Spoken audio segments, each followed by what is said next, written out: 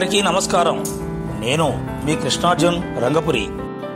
నా కుమారుని పెళ్లి కారణంగా చరితార్థ శతకం 5వ సంచిక ఆలస్యమైంది.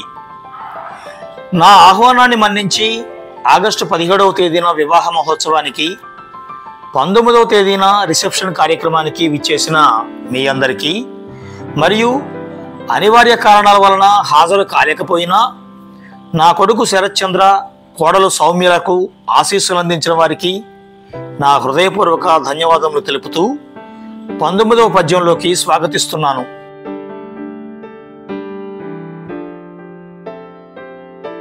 అందచందమున్న 6 అడుగులున్నను, కాంతులీనుతున్న కాయమున్న. అందచందమున్న 6 అడుగులున్నను, కాంతులీనుతున్న కాయమున్న. మాట తీరులేని మనుజుడనాకారే, మాట తీరులేని మనుజుడనాకారే. చరిత చెప్పినట్లు సామెతొకటి, చరిత చెప్పినట్లు సామెతొకటి. 6 అడుగుల ఎత్తు, ఆకర్షణీయమైన వర్చస్సు, చక్కని శారీరక సౌష్ఠవంతో ఉన్నవారు అందంగా కనపడతారు. కానీ వారికి ఇతరులను పలకరించడం కానీ, వారితో మర్యాదగా మాట్లాడడం కానీ రాకపోతే అనాకారులుగా గుర్తింపబడతారు. అంటే బాహ్య సౌందర్యం కన్నా అంతః సౌందర్యం మిన్న అన్నమాట. గొడవ పడడమన్న గొప్పేమి కాదురా, కలుపుగోలు తనము నిలుపుకోరా. గొడవ పడడమన్న గొప్పేమి కాదురా, కలుపుగోలు తనము నిలుపుకోరా. పోరు నష్టమెప్పుడు పొందు లాభమ్మురా, పోరు నష్టమెప్పుడు పొందు లాభమ్మురా. చరిత చెప్పినట్లు సామెతొకటి, చరిత చెప్పినట్లు సామెతొకటి. చరిత్ర చెబుతున్న ఈ సామెత పిల్లలకే కాదు, కులాలు, మతాలు, ప్రాంతాల నడుమనే గాక చివరకు ప్రపంచ దేశాలకు మధ్య కూడా అత్యవసరంగా మారిపోయింది. కలిసి ఉంటే కలదు సుఖం, ఐకమత్యమే మహాబలం వంటి మాటలు కూడా ఈ సామెతకు బలాన్ని చేకూరుస్తున్నాయి. అందుకే పిల్లలు, ఈ సామెత సారస్యాన్ని గ్రహించి మీరు భవిష్యత్తు తరాలనన్నా బాగు చేయరు. అడవి మృగము కూడా ఆకలి తీరాక, వేటమాని కాస్త విశ్రమించు. అడవి మృగము కూడా ఆకలి తీరాక, వేటమాని కాస్త విశ్రమించు. ఆశతోటి మనుజుడాపక సమకూర్చు, ఆశతోటి మనుజుడాపక సమకూర్చు. చరిత చెప్పినట్లు సామెతొకటి, చరిత చెప్పినట్లు సామెతొకటి.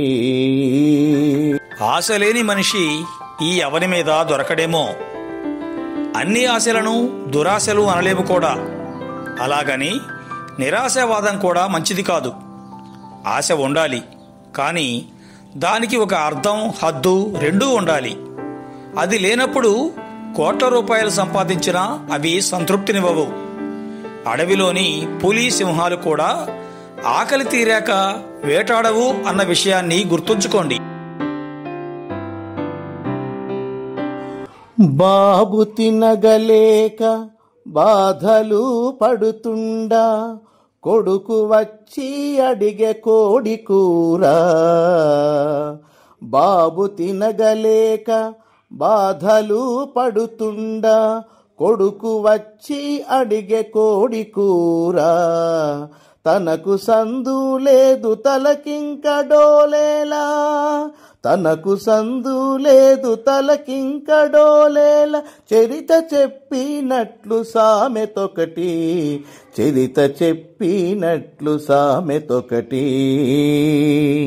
బోలెడన్ని సమస్యలతో సతమతమవుతున్న వాడి దగ్గరికి వెళ్ళి నాకు సాయం చేయవా అని కోరితే తాను దూర సందులేదు కానీ మెడకొక డోలంట అని అంటారు. నాన్నకు తినటానికి అన్నం లేక ఎలాగరా బాబు అనుకుంటుంటే కొడుకొచ్చి కోడికూర అడిగితే ఎలా ఉంటుంది చెప్పండి. దీనినే అయ్యకు లేక ఆకులు తింటుంటే కొడుకొచ్చి కోడి పొలం అడిగాడట అని కూడా అంటారు.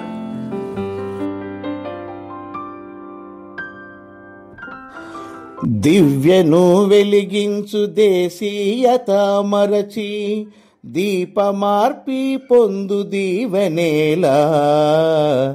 దివ్యను వెలిగించు దేశీయత మరచి దీపమార్పి పొందు దీవెనేలా. పొరుగువారి కూర పుల్లగున్నిష్టమే, పొరుగువారి కూర పుల్లగున్నిష్టమే, చరిత చెప్పినట్లు సామెతొకటి, చరిత చెప్పినట్లు సామెతొకటి. వెలిగించి వేడుక చేసుకుందాం, అంతేకాని ఆర్పేసి ఆనందించవద్దు. ఎందుకంటే ఒక భౌగోళిక ప్రాంతంలోని పరిస్థితులను బట్టి ఆ ప్రాంతపు మతం, ఆచార సాంప్రదాయాలు ఏర్పడుతుంటాయి. ఇవి దేనికవే గొప్పగా ఉంటాయి. కానీ మనమే ప్రత్యేకత కోసమని పక్క వాళ్ల పద్ధతులు అరువు తెచ్చుకొని ఆచరిస్తుంటాం. హారతి వెలిగించి దానిని కళ్ళకద్దుకోవడం మన సాంప్రదాయం. కానీ దానిని కాదని పిల్లల పుట్టినరోజులకు వెలుగుతున్న కొవ్వొత్తులను ఊదిస్తుంటారు.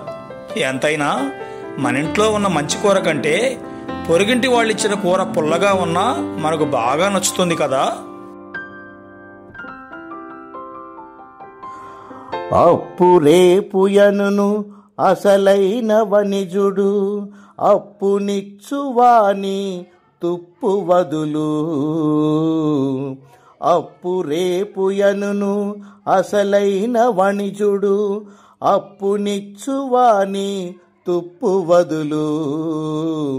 అప్పు పొందినోడు అప్పుడే శత్రువు, అప్పు పొందినోడు అప్పుడే శత్రువు, చరిత చెప్పినట్లు సామెతొకటి, చరిత చెప్పినట్లు సామెతొకటి.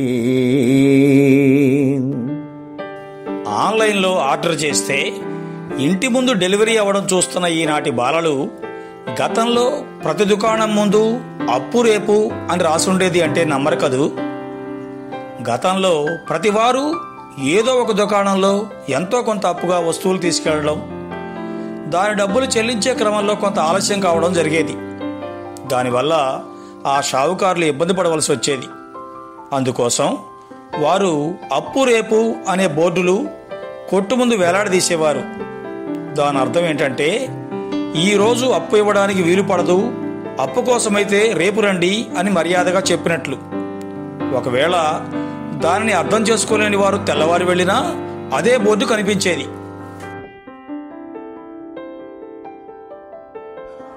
మురికి కూపమందు పుట్టును దోమలు, పుట్టినట్టి దోమ కుట్టి చంపు.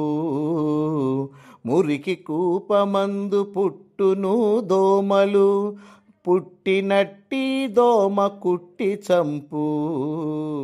కాలబడిన పాము కరవక మానదు, కాలబడిన పాము కరవక మానదు, చరిత చెప్పినట్లు సామెతొకటి, చరిత చెప్పినట్లు సామెతొకటి.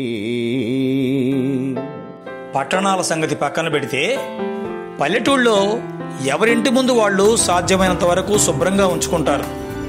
కానీ ఇటీవల కాలంలో పంచాయతీ వారు వీధి వీధికి తిరిగి చెత్తను ట్రాక్టర్లతో తీసుకుపోతున్నారు. దాంతో ఎవరో వస్తారని శుభ్రం చేస్తారని ఎదురు చూడడం అలవాటైంది. ఈలోగా ఇంటి ముందరి కాలువలో నీరు చేరుతుంది. ఆ చేరని మురికి నీటిలో దోమలు పుట్టకుండా ఉంటాయా? ఆ పుట్టిన దోమలు మనని కుట్టకుండా ఉంటాయా? అలా కుట్టినందుకు వ్యాధులు రాకుండా ఉంటాయా? మీరే చెప్పండి.